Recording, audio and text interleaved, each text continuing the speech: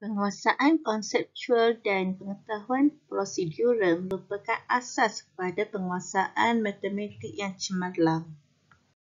Penakulan konseptual ialah pengetahuan dalam membuat penakulan bagi situasi yang melibatkan aplikasi definisi konsep, hubungan atau perwakilan kedua-duanya. Manakala pengetahuan prosedural pula ialah pengetahuan dalam menghubungkan proses algoritma dengan situasi masalah tertentu. Penguasaan pengetahuan konseptual dan pengetahuan prosedural yang baik akan membantu murid dalam pembentukan pemahaman konsep dan prosedur matematik yang lebih bermakna.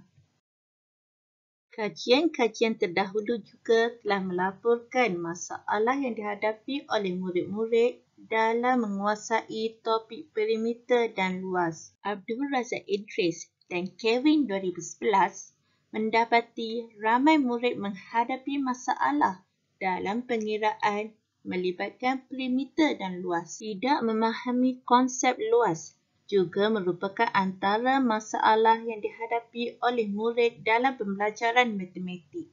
Lebih daripada itu, Yudaria Muhammad Yusof et al. 2005 menyatakan murid tidak mahir mengira luas segi empat dengan menggunakan rumus yang betul.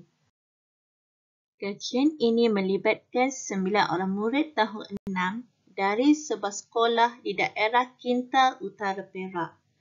Mereka merupakan murid yang mencatatkan tahap pencapaian lemah dan sangat lemah dalam pembelajaran matematik.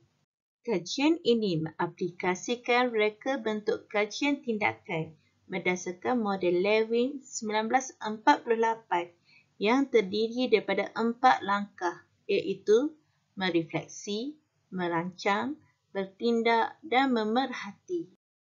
Langkah pertama kajian ini, merefleksi.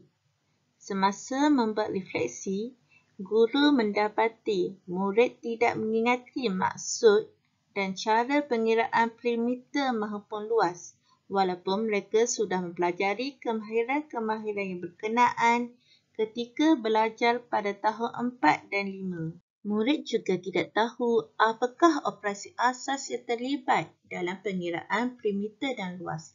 Bahkan tidak tahu rumus yang sepatutnya digunakan ketika mencari jawapan berkenaan.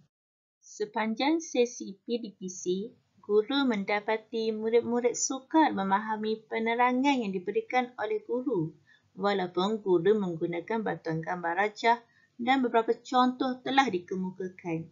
Lama-lama, murid juga mula hilang fokus dan bersembang antara satu sama lain. Namun begitu, murid-murid ini juga mempunyai kelebihan, iaitu mereka merupakan murid yang aktif dan boleh berkomunikasi dengan baik. Dengan itu, guru mula berfikir mungkin murid-murid berkenaan mempunyai gaya pembelajaran yang lebih menjurus kepada pelibatan aktif. Pendekatan kinestetik melibatkan aktiviti hands-on dan penggunaan bahan konkret yang disusun secara ansur maju mungkin boleh membantu murid-murid ini. Langkah kedua ialah merancang. Pada langkah ini, guru meneliti standard pembelajaran yang perlu diajar semula. Dengan itu, guru membuat rujukan menggunakan DSKP KSSR Matematik tahun 4, tahun 5 dan tahun 6. Seterusnya, guru merancang aktiviti dan bahan pembelajaran yang akan digunakan. Aktiviti ini ialah menyatakan maksud perimeter dan luas, mengukur dan menghitung perimeter serta luas bagi bentuk tunggal dan gabungan segi empat, memahami bagaimana rumus bagi pengiraan luas diperoleh melalui penggunaan petak sifir 1 cm persegi. Guru juga merancang bahan bantu belajar dan lembaran kerja yang akan digunakan oleh murid sepanjang pelaksanaan intervensi kelak. Beralih kita ke langkah ketiga, iaitu bertindak. Tindakan dimulakan dengan murid menjawab instrumen soal selidik berkaitan kefahaman dan penguasaan mereka dalam kemahiran melibatkan perimeter dan luas. Murid juga menjawab ujian sebelum pelaksanaan intervensi. Maklum balas yang diperoleh daripada murid melalui soal selidik ini merupakan dapatan sebelum intervensi. Seterusnya, aktiviti-aktiviti yang dirancang dilaksanakan pada waktu PDPC Matematik bermula daripada aktiviti 1 hingga aktiviti ke-9. Semasa pelaksanaan aktiviti ini, guru memantau aktiviti yang dilakukan oleh murid. Keseluruhan pelaksanaan intervensi ini mengambil masa selama 2 minggu dengan jumlah waktu PDPC Matematik sebanyak 12 waktu. Hasil kerja murid sepanjang intervensi berlangsung telah dikumpul untuk dianalisis. Selepas selesai pelaksanaan kesemua aktiviti yang terkandung dalam plan intervensi, murid sekali lagi menjawab soal selidik dan ujian untuk mendapatkan dapatan selepas intervensi. Langkah terakhir iaitu langkah keempat ialah pemerhatian. Sepanjang pelaksanaan intervensi, guru menjalankan pemerhatian terhadap sikap, motivasi dan penguasaan pembelajaran murid. Terdapat perubahan sikap dan motivasi yang ketara apabila murid dilibatkan dalam aktiviti pembelajaran aktif berteraskan gaya pembelajaran kinestetik yang mengutamakan penggunaan tangan iaitu terial sentuh. Murid menunjukkan ketekunan dalam setiap aktiviti yang dilaksanakan. Malah, jika murid melakukan kesilapan semasa menjana jawapan, mereka tidak mudah berputus asa untuk mengulangi pengiraan sehingga memperoleh jawapan yang tepat. Murid dapat memahami berkaitan antara pengiraan luas melalui penggunaan petak unit dengan rumus. Murid mendapati penggunaan rumus mempercepatkan penemuan jawapan berbanding cara pengiraan petak unit.